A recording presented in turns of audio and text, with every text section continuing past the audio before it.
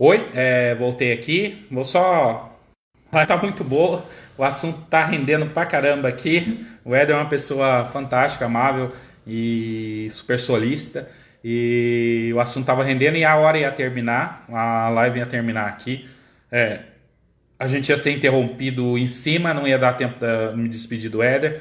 Então eu preferi por encerrar a live, me despedir dele e deixar as duas lives. Então, só para vocês que continuam aqui agora, gente, esse bate-papo só vai continuar entre o pessoal que está aqui ao vivo aqui. As duas lives que eu vou subir lá no YouTube vão ser as 2 horas anteriores, tá? Para não ficar muito pesado também os vídeos lá no YouTube. E agora vamos bater um papo rapidinho aqui, só para encerrar o assunto aí com o Éder. Se alguém tiver alguma dúvida, a gente vai tentando sanar essas dúvidas aí. Espero que meu som volte ao normal, porque baixou rapidamente aqui. Eu vou chamar o Éder aqui. Meu som baixou rapidamente. Não consegui nem ouvir ele direito que ele estava falando. Tomara que não seja problema no meu celular. Valeu, Pimenta. Você também é sensacional, cara. Devia ter ficado umas 3 horas batendo papo com Pimenta. Pimenta vale muito a pena. Oi, tá aí? Olá, tô aqui. Ah, Tudo agora bem? voltou o som ao normal. Cara, baixou de repente, assim. Mas estava normal pro pessoal, mas para mim baixou. Mas legal. É que Eu- hoje tava top aqui a live aqui. Muita gente entrou, muita gente aí acompanhando desde o início ao fim, que é bem bacana isso. Dá E você é medo um isso. cara fantástico. Dá Você medo. falou assim no início, né, César? Eu tô com vergonha lá de passar vergonha na live, passar vergonha. Você tá dando show aí, cara. Muito Depois boa. você edita esse vídeo que vai lá pro YouTube, tá? Dá uma cortada. Ah, edito sim, vai sonhando. Vai na íntegra. Ah, Mas legal. Gente, sobre que a gente estava falando do assunto aí sobre pacto ambiental, a gente estava muito baixo o meu som do Éder, mas eu ouvi aqui o que ele falou e eu queria fazer uma colocação sobre essa questão. A gente estava batendo um papo aí outro dia com a Márcia e a gente estava falando sobre hoje a cerâmica está com uma conotação muito interessante na parte de um produto sustentável, é um produto que ajuda. Gente, a gente tem que pensar da seguinte maneira: a gente trabalha com cerâmica, é um produto, uma argila, um material. Todo o material que a gente utiliza dentro da cerâmica, ele vem da extração mineral. Não tem jeito de você trabalhar de maneira diferente. Então, isso era desde sempre e vai ser desde sempre. Se você está fazendo cerâmica, a extração é mineral ali, não vai ter jeito. Os minérios vão ser vindo de diversas maneiras. As queimas vai ser de diversas maneiras. Então, qual que é o impacto nosso dentro da parte ambiental? Primeira coisa, igual o Éder falou, o nosso consumo é ínfimo perto do consumo industrial da parte de construção, de tudo isso, é ínfimo, é tipo um grãozinho de areia no mar. Então, tá, sim, mas um grãozinho de areia você vai falar, mas tem seu impacto. Tem, de certo modo, sim, mas e a gente está vivendo esse mundo, mas existe sim. Então, um produto feito de cerâmica, ele não é 100% livre de qualquer coisa. A gente faz o máximo possível para tentar não agredir de maneira que vá causar impactos, mas não tem jeito, porque a gente extrai da argila. O método que vai ser extraído, esse tipo de coisa, tudo tem que ser preocupado, mas não é em grande escala. Outro ponto que a gente frisa aqui é que, por exemplo,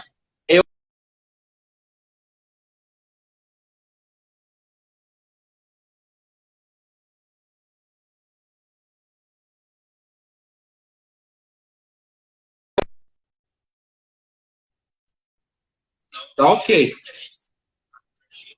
agora voltou. Voltou?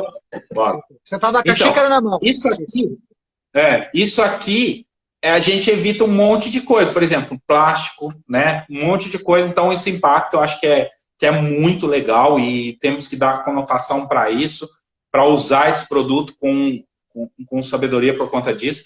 E aí tem a outra questão que é muito importante, que é o descarte do próprio ateliê, né? Do próprio ceramista, um descarte consciente. O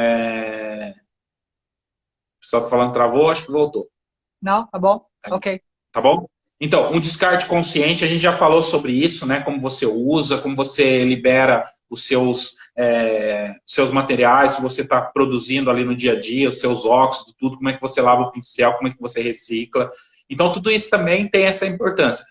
A ideia hoje aqui não foi para a gente falar sobre esse assunto, mas quem sabe tem gente pedindo para a gente falar sobre esses assuntos.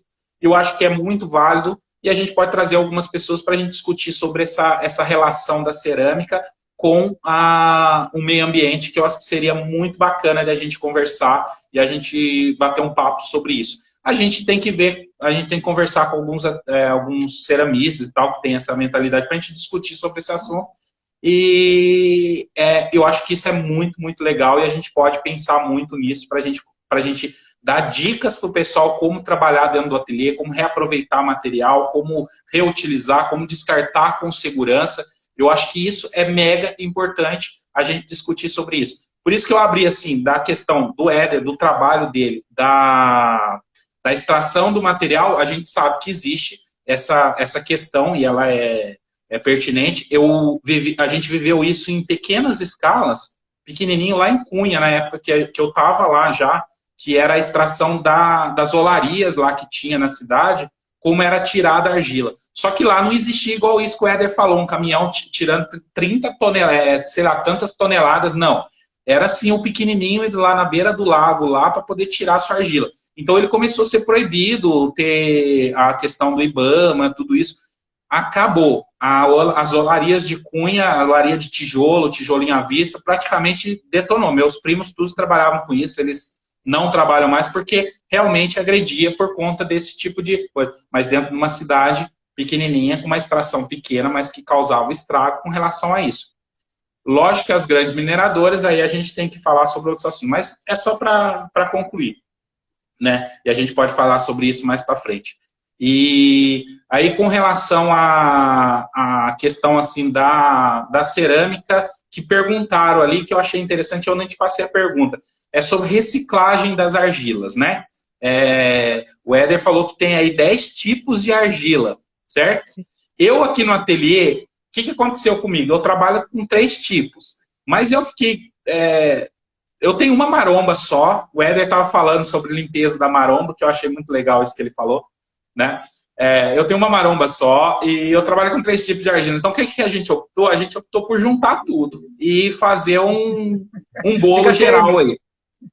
Então, a gente tem uma argila única. Aí perguntou, mas eu posso... Você tinha falado de misturar as duas massas, que dá problema, né? Mas misturar, que ele falou, seria uma coisa assim, se eu fizesse essa caneca aqui com uma argila e fizesse essa alça aqui de outra argila, né?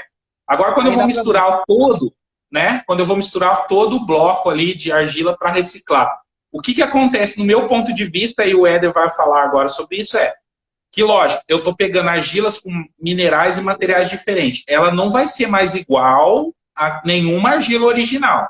Aí você tem que fazer todos os outros testes que normalmente você faria se começasse com uma argila nova. É ver como é que ela vai se portar, a cor que ela vai dar, a retração que ela vai dar, a absorção que ela vai dar, porque você juntou tudo isso, né? Mas é possível de fazer uma reciclagem única, não é? Sim, mas aí você, naturalmente, como todo ateliê, acredito eu que todo ateliê tem os planos B. Mesmo se o ateliê estiver focado em utilitários, ele tem uma linha de utilitários mais exóticos, um pouco, menos para coisa seca. Então, vai colocar feijão em grãos, vai colocar açúcar. Então, não há necessidade desse grau de exigência. Então, ou ele vai fazer alguma coisa que não é utilitária, alguma coisa decorativa para colocar na parede. Toda essa reciclagem, se esse ateliê tem esse grau de exigência, ele não vai perder. Vamos falar, é R$3,70, R$3,90 o quilo. Chega uma hora que um ateliê, tipo, aqui na minha empresa, a gente não perde nada. Eu perco o pó do chão, que deve dar uns 10 quilos por mês. E a gente produz toneladas, mas é tudo aproveitado. Num ateliê tipo olaria, ou tipo feita à mão, que tem muitos alunos, naturalmente tem uma perda maior. E se bobeada, a cada 3, 4 meses tem 500 quilos de argila para reciclar. Não vai jogar fora. Está se jogando R$2.000 fora. Não vai. Recicla tudo, umedece, põe no ponto que quer, usa para fazer trabalhos menores ou usa para fazer utilitários de coisa seca. onde o esmalte vai fazer o seu trabalho muito mais aparente do que a argila. É o esmalte que vai fazer o trabalho. Então, não há necessidade nenhuma. Não vai ficar fazendo moringa. O ateliê só faz moringa. Bom, com reciclado não faz a moringa. Pode dar um erro de absorção, o esmalte pode... Alguma das argilas pode não ter sido bem colocada ali, não se deu bem. Faz outra coisa. É simples.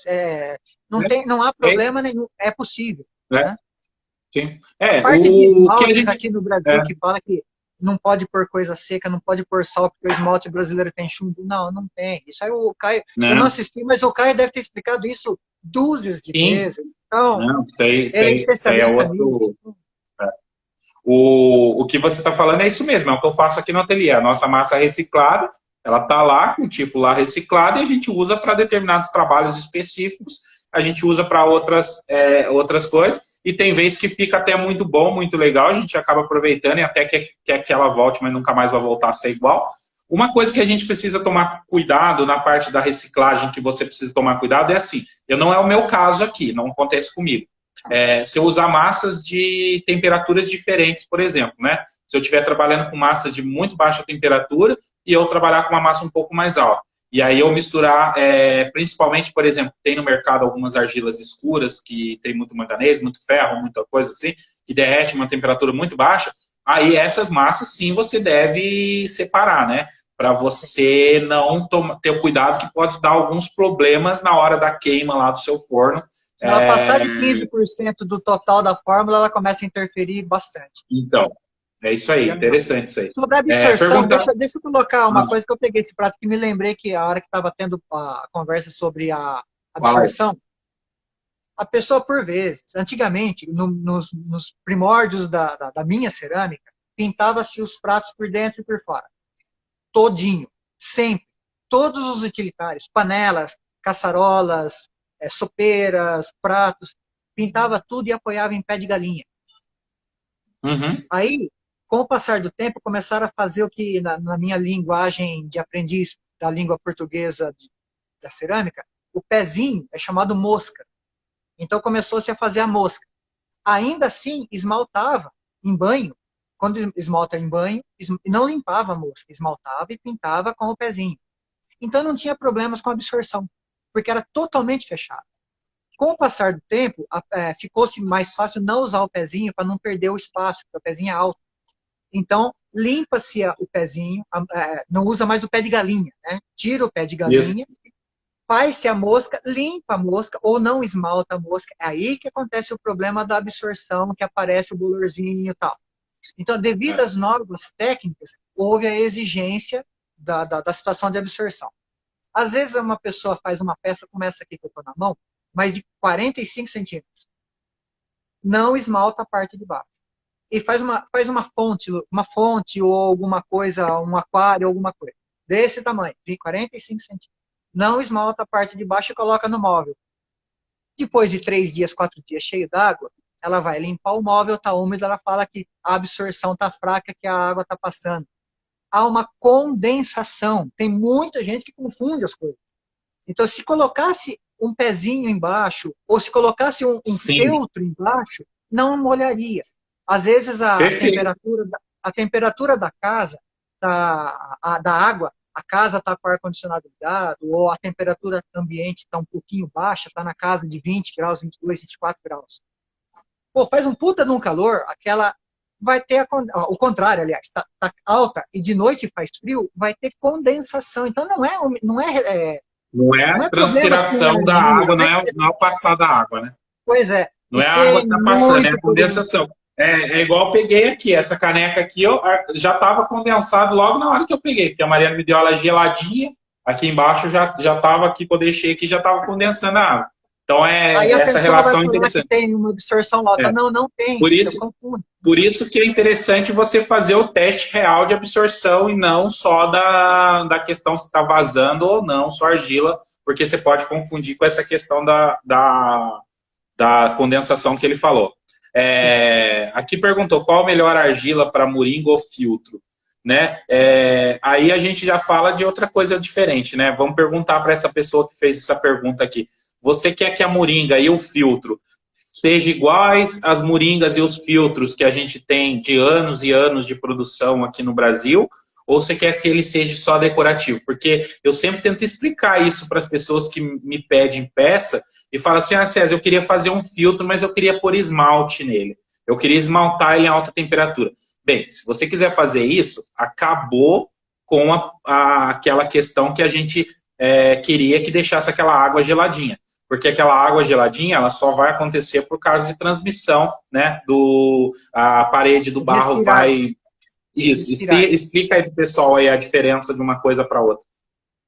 O filtro, quando eu comecei a trabalhar em cerâmica, meu irmão montou a cerâmica justamente porque ele fazia filtro.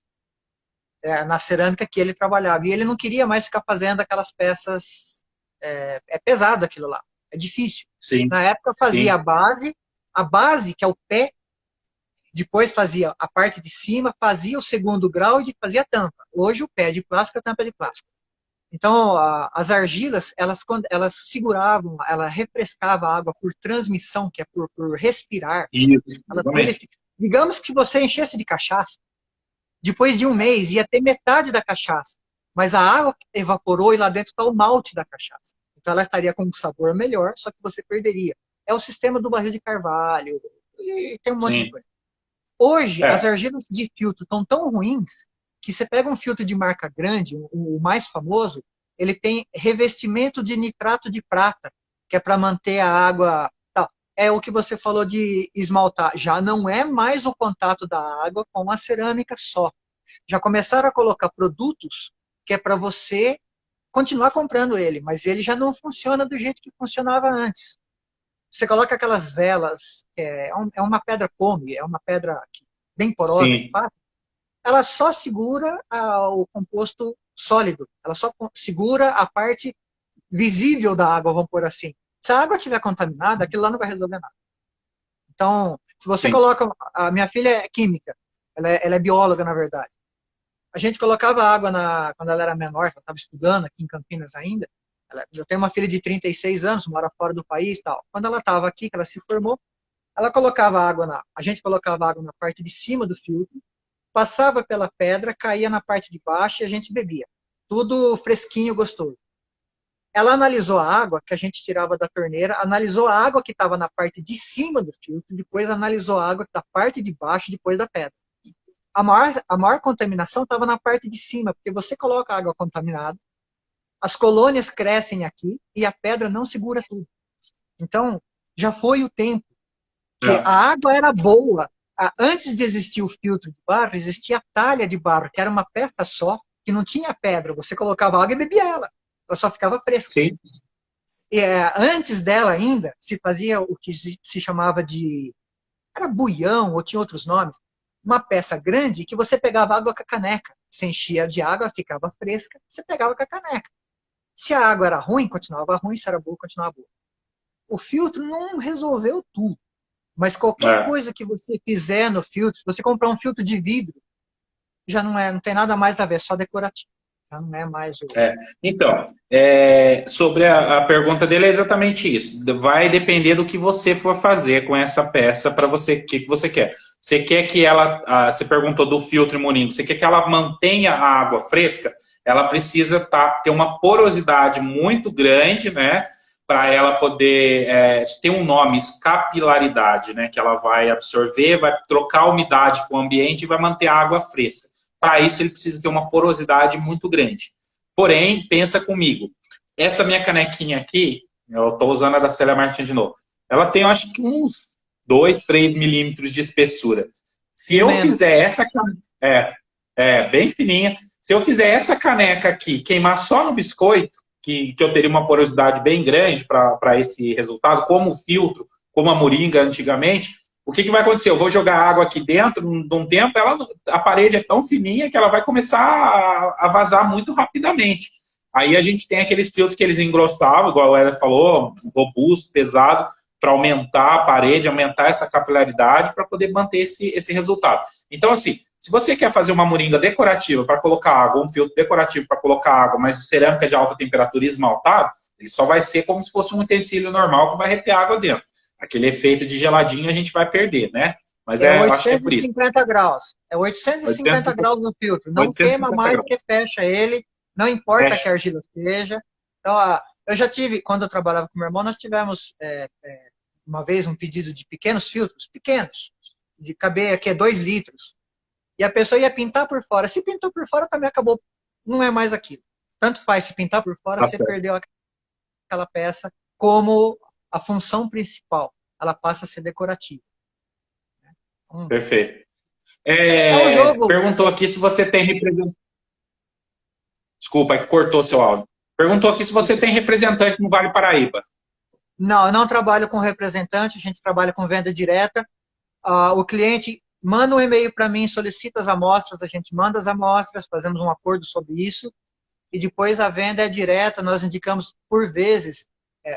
Minas Gerais e Rio de Janeiro é rico em pequenas associações de 5, 10 ceramistas. São Paulo um pouco menos, mas no Sul tem também, em Porto Alegre. A gente indica alguém que possa estar perto dela para fazer associação de compra, para ficar melhor esse frete. Não cabe um representante no meio. Ele não funciona bem. Então, nós vamos colocar na olaria e na vida feita à mão, e houve outras ofertas gentis, assim, impagáveis, pessoas de bom coração que estão se oferecendo para colocar como ponto de venda. Naturalmente, é Ponto de venda. diferente de um representante. A gente vai colocar Sim. lá, fazer um diferencial de preço para que eles tenham um preço não igual ao meu, mais alto, mas compatível com uma venda de varejo. Mas o representante, ele vai fazer a venda, ganhar 10% e pedir para eu entregar. Não vai funcionar. No caso da Legal. cerâmica, não dá. A argila, ela pesa 1 tonelada por metro cúbico. É muito pesado. Legal. Então, Aqui fez uma pergunta sobre o que a gente recomenda fazer o teste de absorção. A gente falou isso na outra live, né? Para fazer o teste de absorção real, assim, para você ter uma noção.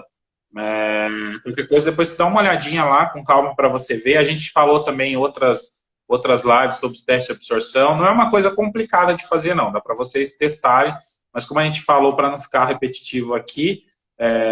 assim, é que houve, só para pegar o gancho, houve uma pequena Fala. discussão, porque alguém falou que tem que ser 0,5% ou sim. menos, e um cliente meu disse que fez o teste e deu 2%. Ok. 2%. Depende de onde você vai buscar essa norma. Se você entrar na ABNT e pegar essa norma lá, isso vale para Nadir Figueiredo, isso vale para algumas coisas diferentes daquilo que a gente está tentando fazer. Então, não pode misturar as coisas. Então, se você pegar a norma técnica das máscaras que a gente é obrigado a usar hoje, você não vai conseguir fazer isso em casa com Perfex ou com um tecido de algodão. Não procure ser tão firme. Você tem que dar uma folga, porque pense que nós somos ceramistas, a maioria autoral. Isso. E mesmo os grandes, mesmo os maiores, o Orex, o Estúdio Nerd, tudo, ainda é autoral, só que melhorou um pouquinho a produção, mas não vai conseguir chegar em índice padrão industrial. de armas técnicas. Não vai Sim. dar, né? É que isso que você colocou é muito interessante. A gente teve essa discussão mesmo sobre o grau aí de absorção que seria o ideal. Aí a gente discutiu sobre isso. Acho que ela estava perguntando do método, né? Como é que sabe mais ou menos como é que você tem essa noção. Foi que eu expliquei, vou tentar explicar rapidamente aqui. O Éder falou de 12 horas, mas, por exemplo, uma argila, né? Tem que ser na argila sem esmaltação, lógico. Para não ter uma interferência, para você ver o real, tá? E aí você vai pegar essa amostra de argila sua, você vai pesar ela, pesa ela, né, numa balança de precisão, de preferência, ela seca, né? E aí você vai deixar ela imersa em água. O Éder falou 12 horas, né? Foi mais ou menos o tempo de imersão. 12 horas lá de imersão. E aí você vai tirar ela, vai tirar a umidade que está excessiva assim, em cima, né? Pegar alguma coisa, dar uma secadinha nela, porque essa umidade também pesa, porque se ficar as gotículas aqui, só para não ficar as gotículas, e você pesa de novo essa argila. E aí você tem um valor que ela sugou de água, que está lá dentro do corpo dela. Queimado na temperatura final. Se você vai queimar 1230, faz isso a 1230. Não vai queimar, não vai pesar ela, encher ela d'água no biscoito, senão vai dar 10%. Show de bola. Show de bola. Isso o Éder falou, eu esqueci de alertar, na temperatura que você faz, que você queima, indicada pelo fabricante que você trabalha, e ainda tem um detalhe ainda que é interessante ainda. o forno tem variação de temperatura dentro, em cima e embaixo. Então, normalmente, se você colocar a mesma massa na parte do fundo do forno, consequentemente, ela vai ter um pouquinho de absorção um pouquinho diferente, porque a temperatura vai estar um pouquinho diferente. Aí você tem uma noção de quantos por cento de água que essa massa está absorvendo aí, que tem um cálculo aí de regrinha de três e tudo mais, que dá para você fazer e aprender. Aí você tem uma ideia de quantos por cento que a sua argila está absorvendo, que eu aconselho você fazer, todos os ceramistas a fazer com as suas massas, porque tem todas essas variações que podem acontecer e são variações de diversas situações, gente. São diversas situações que podem acontecer. Os ensaios não vão ser únicos se eu fizer aqui para mim, vão ser únicos para você aí, porque vai mudar muito, muitos pensa aspectos. no grau de, tem que pensar no grau de exigência da situação de absorção. Você vai pegar um prato num restaurante, ele não vai ficar 12 horas imerso e absorver 2%, 1%, 0,5%. Ele vai passar por um sistema que vai ser limpo e colocado para secar. Mesmo você em casa, você lava o seu prato e coloca no escorredor. Ah, você esqueceu de lavar hoje e largou lá na pia. Pouca gente larga na pia cheia d'água 12 horas, mas pode acontecer? Pode. Mas você pôs para secar de novo e você não vai fazer isso todo o tempo, então você não vai sofrer desse mal. É um grau de exigência que precisa ter. Como tudo tem que ter, mas não quer dizer que se não seguir a 100% não vai dar certo. O que é mais visível, que todo mundo vê, é o que acontece é o seguinte. A gente está falando de acertar um padrão legal para você trabalhar, mas o que é visível, as pessoas não pensam, não prestam atenção, que acontece muito comigo aqui, muitas vezes as pessoas perguntam, é que você não tem essa noção da absorção e você está trabalhando com uma argila de alta temperatura para 1.300 graus, fazendo cone 6. Ou seja, você não vai atingir a sinterização dessa massa em hipótese alguma. Você pode iniciar o processo de sinterização. Então, essa massa vai estar com uma absorção muito alta, muito elevada. Aí sim tem um problema, que eu já vi acontecendo com muita gente. Por exemplo, ela fez uma queima, passou um esmalte branco, e aí, de repente, o que aconteceu? A absorção de água gerou bolor, até dava para ver dentro do esmalte aquela faixa branca de água aqui assim, o bolor. Outra coisa que acontece, uma absorção muito grande.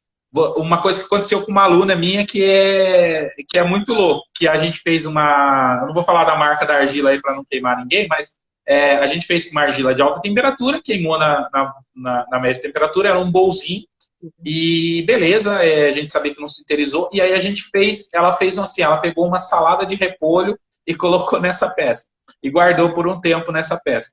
Ela sugou o suco do repolho, né, da salada de repolho, depois ela limpou, tal, lavou e tal, e pôs lá na sua estante, no seu armário lá e deixou guardado. Aí, passados uns dias, ela achou que tinha morrido um gato lá dentro. Ela não sabia do que se tratava, porque ela não tinha... Aí ela começou a buscar, aí ela pegou a peça, ela começou a tirar a peça, mas como pode essa peça estar... Aí ela achou que a peça estava ganhando vida, porque tal coisa. Daí a gente foi achar o motivo exatamente por conta disso. Então é isso, gente. Aí o padrão de qualidade. Lógico, vou fazer uma coisa... Ela. Isso.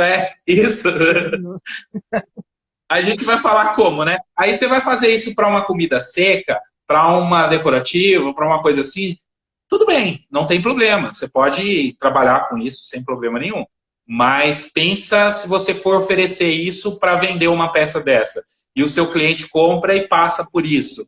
E aí, como que você vai explicar para o seu cliente? Então, eu acho que é o seu hábito aí de você fazer esse tipo de teste.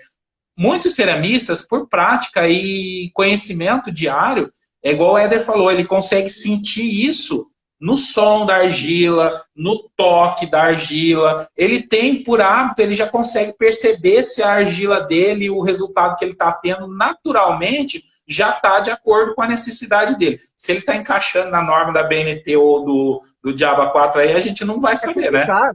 É bem complicado. Eu tinha um cliente aqui na região de Campinas que ele fazia tampos de mesa de 1,20 m no torno. Você é torneiro, você sabe o que é isso.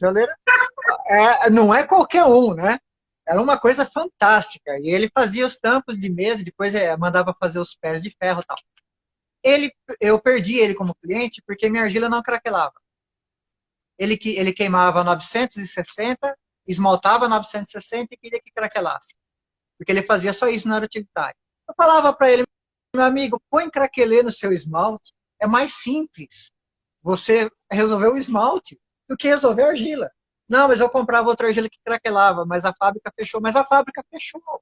Então, é síndrome de Gabriela, né? Eu nasci assim, eu vivo assim, vou morrer assim. Não muda. Se você não muda, as coisas mudam por você. Você tem que fazer algumas adaptações. Eu escutei muito na minha vida. Eu sempre queimei nos últimos 20 anos a 1280. Eu quero continuar queimando. Pô, não, desculpe. Não é comigo. Não vai dar certo. Nossas argilas têm problemas técnicos difíceis de solucionar. Dá para solucionar? Dá. Dá para eu fazer uma argila de 1.300? Dá. Quanto disso é o meu mercado hoje? Porque tem que limpar a máquina. Se você estava falando de limpar a máquina na hora que travou o vídeo.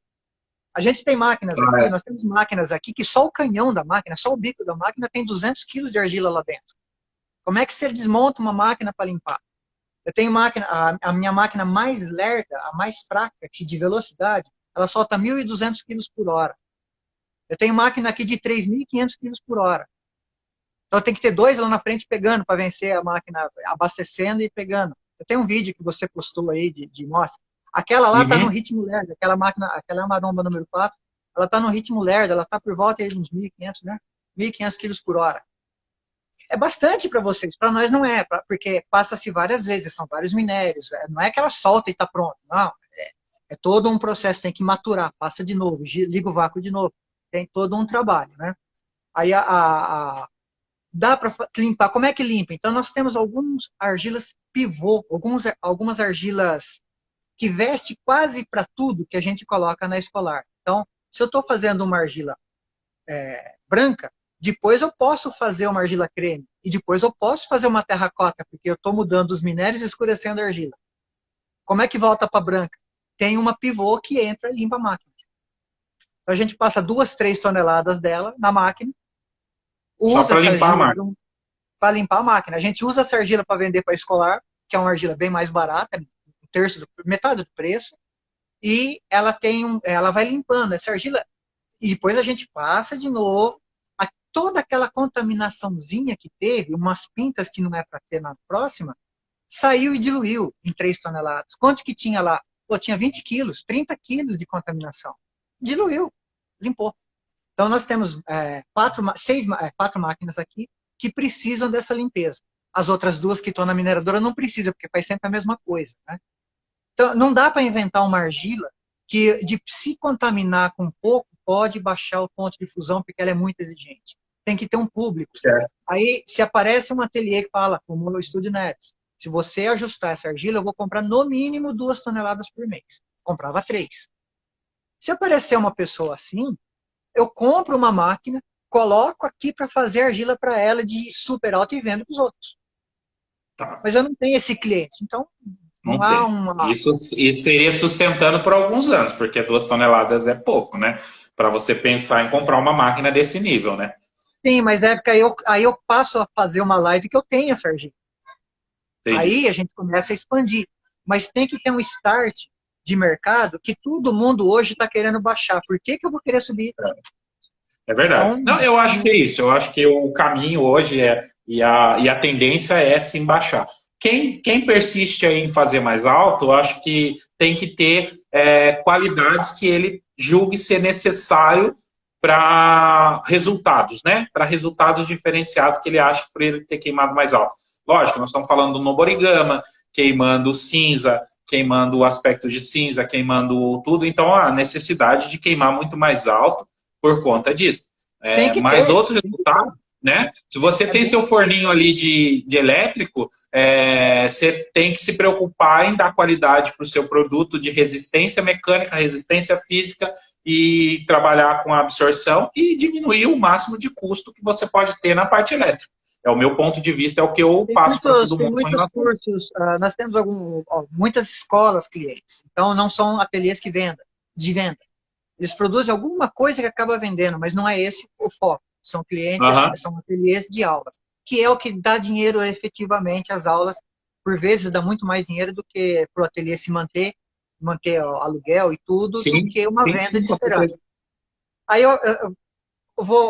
voltamos ao começo da nossa conversa. Esse ateliê ensina a queimar em cone 6. Beleza. A pessoa que está fazendo lá, a grande parcela é terapia ocupacional. Mas tem muita gente que está fazendo curso para aprender, para levar para casa e montar um ateliê, para fazer alguma coisa. E daqui a um ano, essa pessoa quer parar de pedir dinheiro para o marido, ou quer parar de tirar dinheiro da reserva, ela quer fazer o seu próprio dinheiro. Nem se for para empatar. Então, vai fazer um curso de 1.300 ou de anagama. Ela não vai fazer isso em casa, ela não vai conseguir. O forno custa 20 mil reais. Um start de forno, para ele estar em condições, começa em 20 mil reais. Então, é um ateliê que começa caro. Então, ela vai ter que cobrar caro desse produto. Não funciona.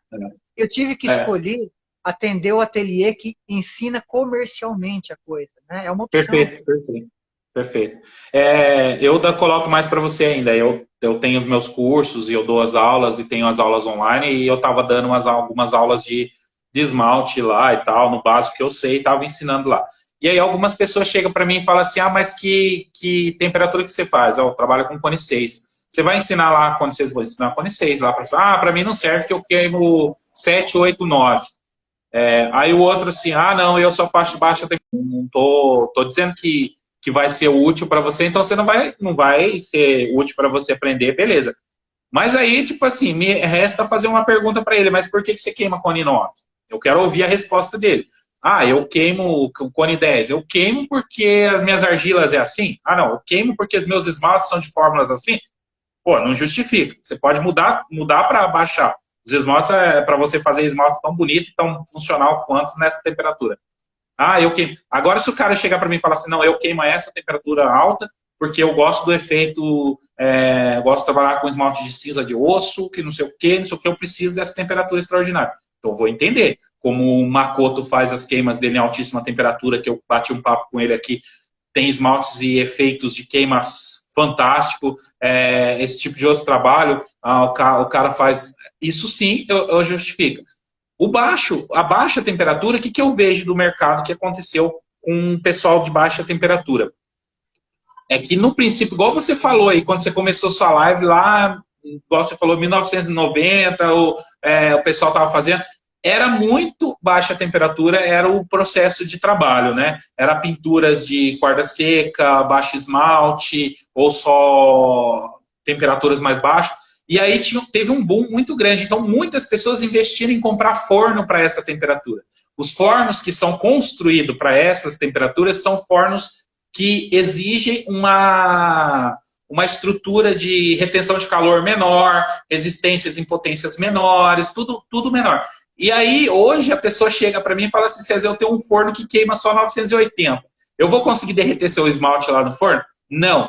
Eu posso fazer a mudança do meu forno para essa temperatura? Não. Por quê? Porque ele foi construído para isso. Você não vai conseguir, a não ser que você mexa em toda a estrutura do seu forno. Você vai ter que contratar um técnico para ir lá, praticamente vai refazer um forno inteiro.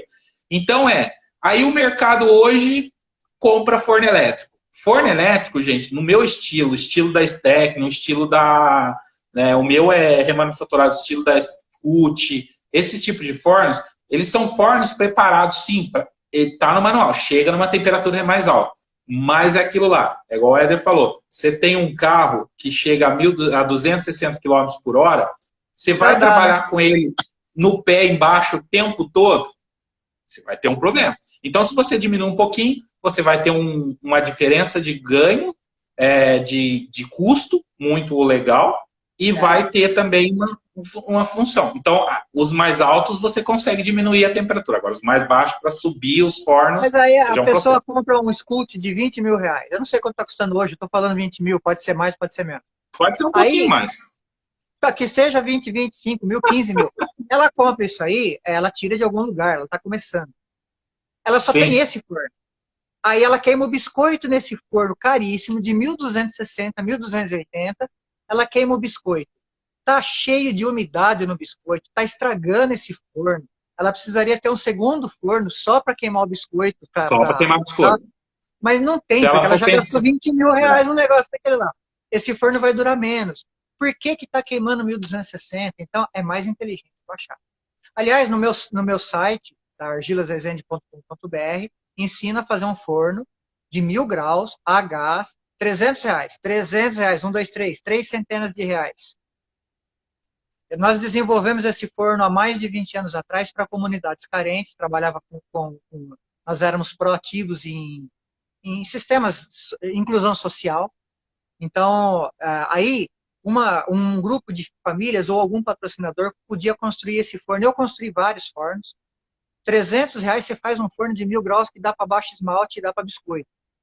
Hoje, aí eu evitei por 15 anos eu evitei colocar isso na internet, esse forno, esse vídeo. Aí uma escolinha de aprendiz, de crianças, tal, quis fazer um vídeo. Então eu fiz o forno. Então nesse forno tem 40 minutos, eu ensino a fazer o forno, tudo, queimo, ensino a queimar. É o beabá de qualquer pessoa que queira fazer um forno de biscoito. Tá no seu site. Tá no meu site. Lá no ícone tem sobre nós, vídeos e tal. Aí, esse forno, aí um amigo, uns 5 anos atrás, falou, Éder, pô, é bacana, por que você não põe na internet? Eu falei, porque alguém vai querer construir isso industrialmente, ele não tem garantias, ele é uma coisa muito tosca, ele é muito funcional, mas ele é pobre, vamos pôr assim, ele é feito para comunidades. Pô, mas eu posso pôr, tá tudo bem, então põe, ele põe no YouTube. Então tá lá no YouTube, então... Aí agora, o último vistoria que eu fiz no site, a pessoa que faz site falou, por que você não põe? Tá, é aberto, já tá no YouTube, faz 5 anos, não muda nada, então põe.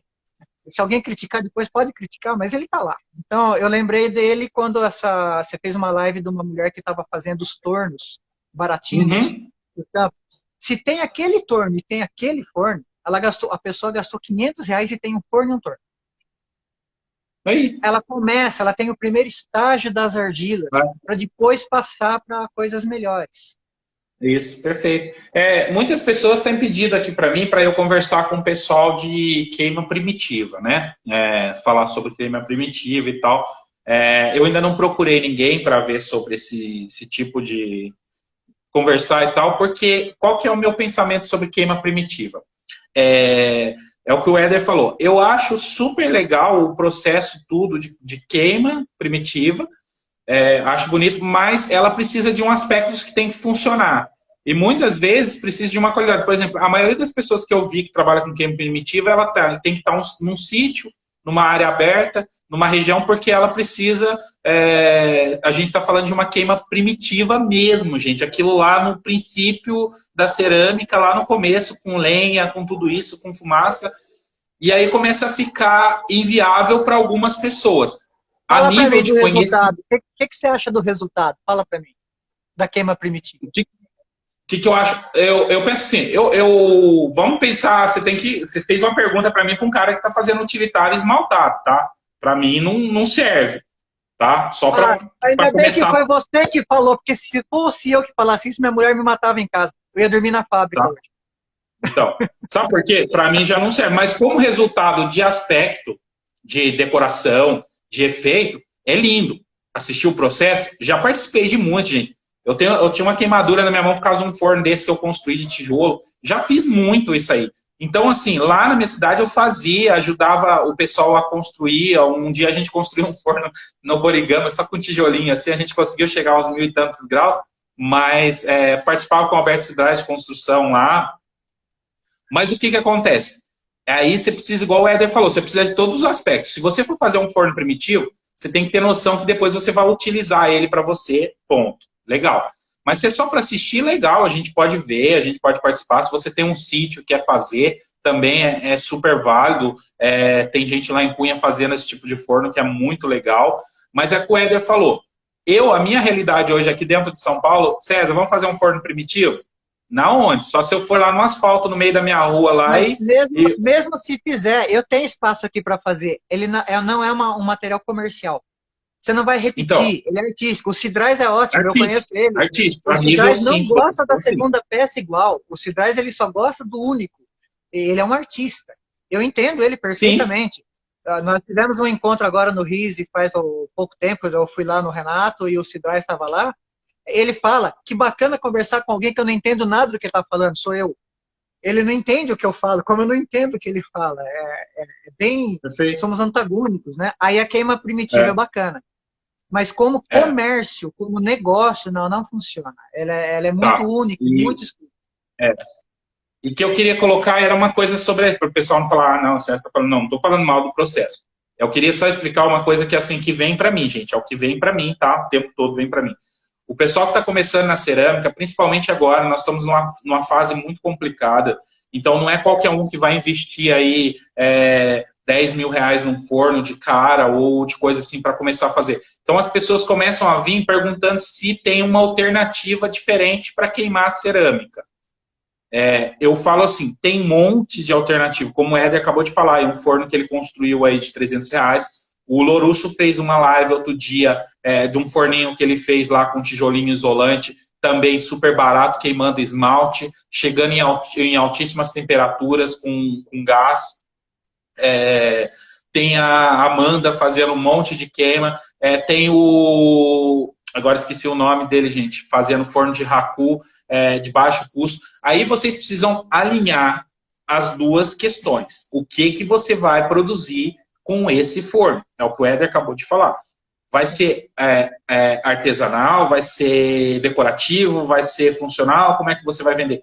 Não queira você querer fazer um forno desse nível e produzir cerâmicas de alta temperatura, esmaltada ou coisa assim num forno primitivo, porque você não consegue.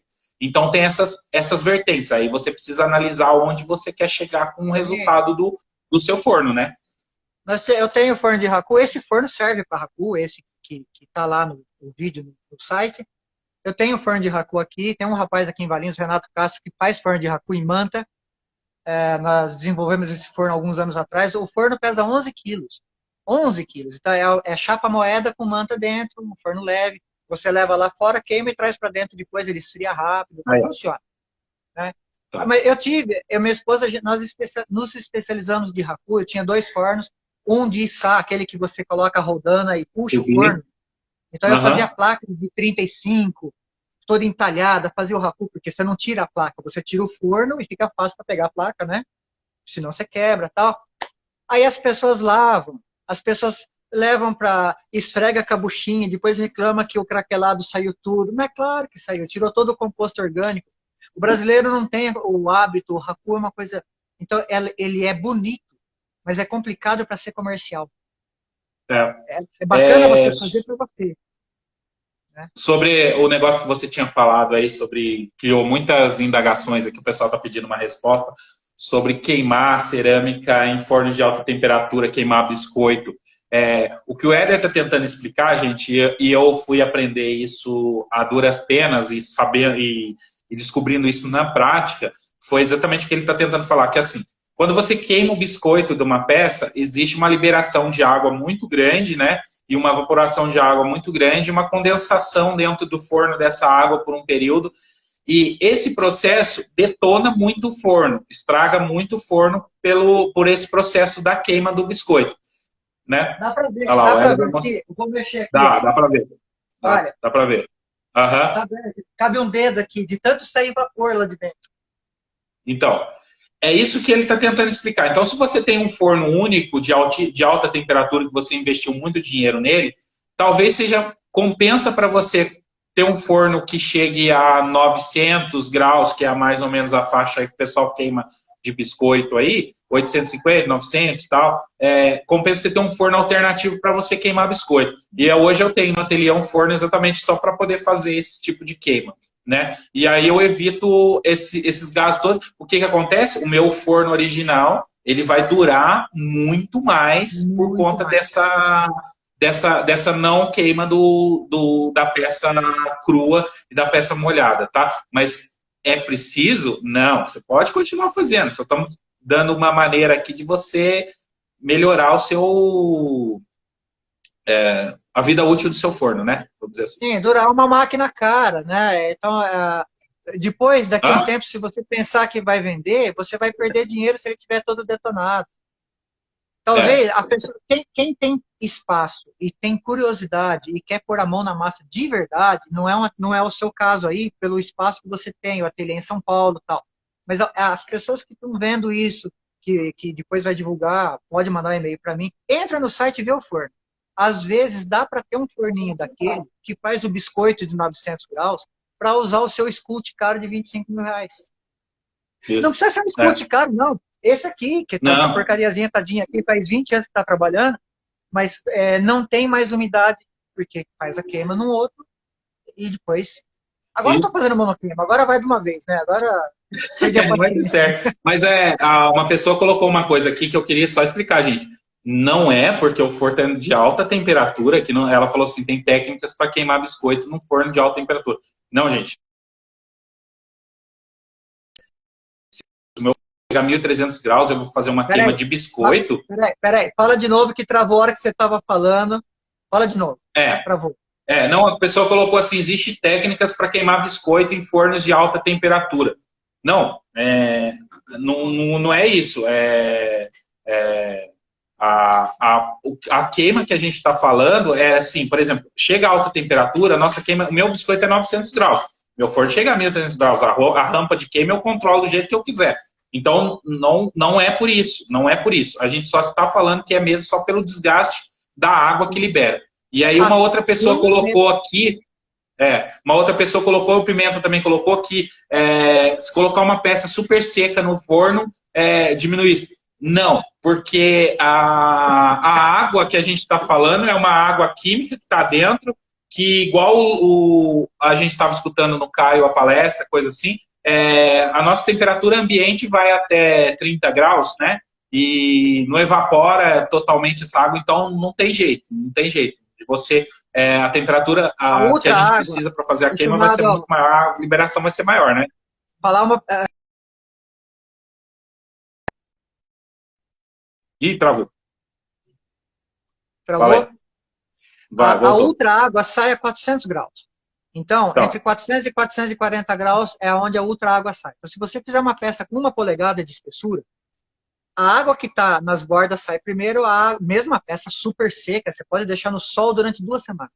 A outra água, que é o que está no meio, ela vai para um lado ou para o outro. Então, ela tem de 2 centímetros, ela tem 1 centímetro para andar.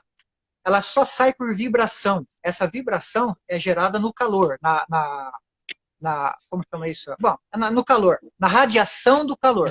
Radiação. Essa outra água sai a 400. Por isso que a gente faz uma curva de queima de 50 graus por hora ou 80 graus por hora até 400, 450. Depois você pode soltar, você pode apertar o botão verde e deixa ele onde ele quiser. Porque até lá é onde que vai estourar. Essa outra água tem que sair. Ela vai sair e vai agregar no forno. Porque o forno está super seco. Se ele não agrega nas resistências, porque resistência é outra água, ela não onde você quiser, é 1.200 e qualquer coisa. A outra água vai estar ali atrás, ela vai estar atrás da manta, ela vai estar.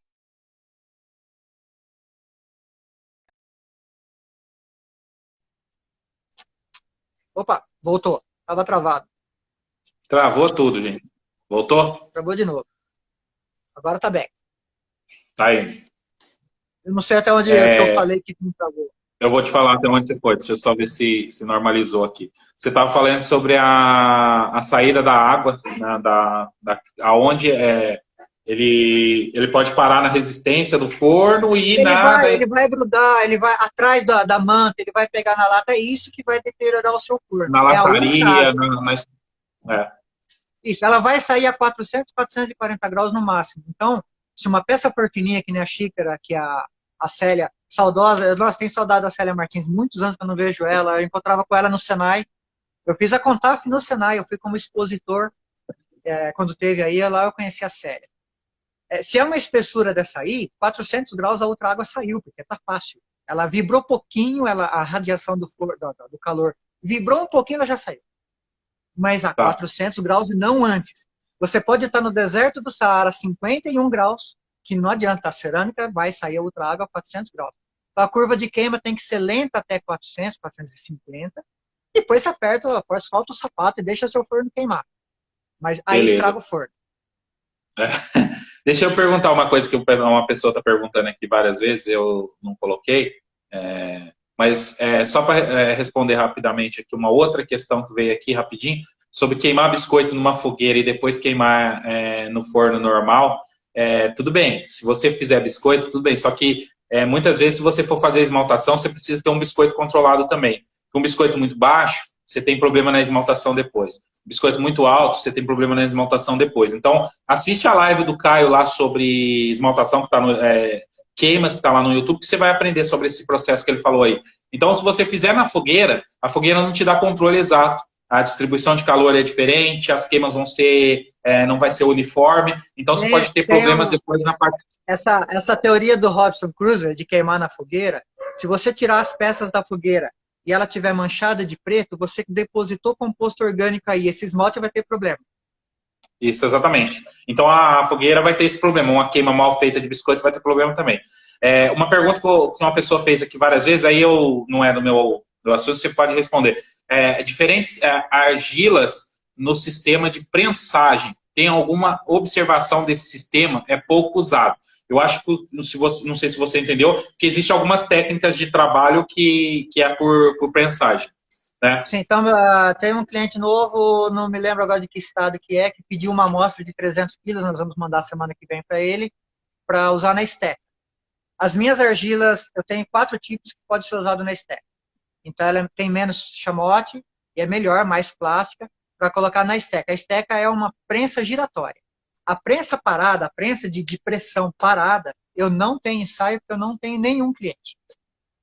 Eu Entendi. Não vejo por que não daria certo, assim, mas é por experiência. Eu acredito que os compostos, os minerais plásticos que eu coloco na minha argila são o suficiente, mas sempre foi pensado em torno e em placas. A prensagem, tipo fazer uma travessa retangular, aí a prensagem é macho e fêmea.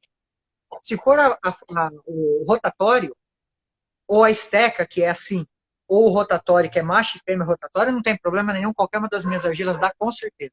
Agora, a prensa parada, hoje em dia quase ninguém usa, é muito pouco. Aqui em Valinhos tem uma cerâmica grande, os Mota, que são, eu não sei onde é que está a peça deles, mas tá, eles são, quando você pensa em panela de feijoada, fogão mineiro, eles são os líderes em cumbucas de feijoada, aquela pintura caramelo, aquele padrão, a empresa é aqui. Eles produzem uma argila numa máquina separada, mais mole, para fazer a prensagem, chama prensa portuguesa, que fazem as travessas de bacalhau. Mas eles produzem a argila deles numa máquina separada mais mole, que não é a minha. Certo. Então, perfeito. Eu acho que é muito isso, né? Porque a gente está falando das argilas, existem os métodos também que você vai trabalhar com as argilas. Existem outros materiais, outras ferramentas, né? Que talvez você tenha que adequar a sua argila. O que o Éder está falando, assim, por experiência, você tem que fazer o teste. Você tem, mas as massas dele, por experiência e não tem ninguém que usa, ele não fez pensando nisso. Esse cliente novo que está com 300 quilos para teste, ele tem uma promessa de 8 toneladas por mês. Aí eu preparo uma argila especial para prensa para ele. A gente tem a formulação, tem como. Aí eu faço um lote de 8 mil quilos e mando para ele, sem problema. Perfeito. Porque daí é um cliente que compensa você adequar para ele, porque é um cliente bom e que vai funcionar para você. Certo? Gente, não estava previsto esse tempo aqui que a gente ficou aqui de bate-papo, a gente já ficou quase mais uma hora. Éder, desculpa de tomar seu tempo, sua esposa deve estar muito puta lá com você. Ela deve estar assistindo, mas ela já sabe tudo que eu falo, acho que ela não está assistindo, mas ela sabe tudo. Igual a minha, que não gosta de me ver, não. Ela falou que não aguenta mais escutar essa voz. Mas, gente, foi muito legal.